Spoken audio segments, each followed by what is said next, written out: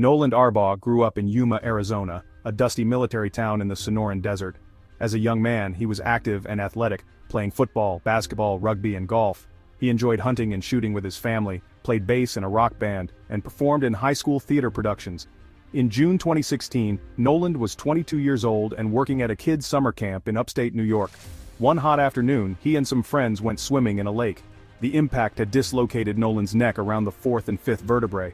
Though the vertebrae went back into place immediately, his spinal cord was severely damaged. When Noland woke up in the hospital, he was paralyzed from the shoulders down, quadriplegic. He could move his head and shoulders, but nothing below.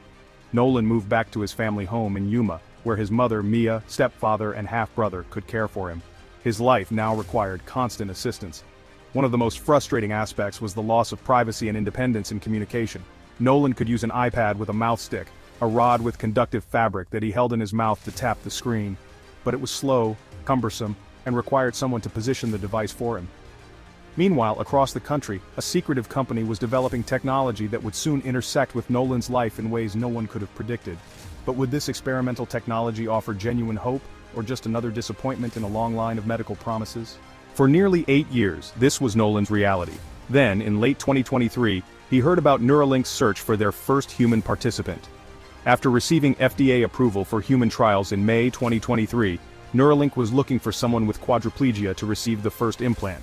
The ideal candidate would be someone with a cervical spinal cord injury, who had full cognitive function, but limited physical mobility. The decision wasn't simple. Brain surgery carries significant risks: infection, hemorrhage, even brain damage. And as the first human recipient, there were many unknowns. Only 4 months after first hearing about Neuralink, Noland was on an operating table.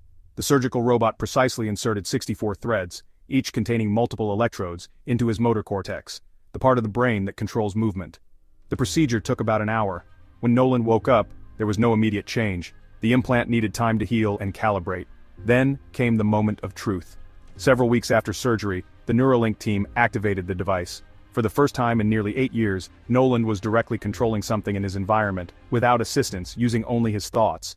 Over the following weeks, Noland's proficiency grew rapidly. The machine learning algorithms adapted to his neural patterns, and he learned how to generate the mental commands more effectively.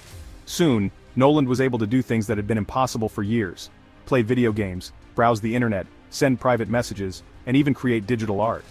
Perhaps most importantly, Noland regained a sense of privacy and independence. The technology isn't perfect. The current system only allows Noland to control a computer cursor. He still can't move his limbs or feel sensations below his shoulders, but even this limited functionality has transformed his daily life.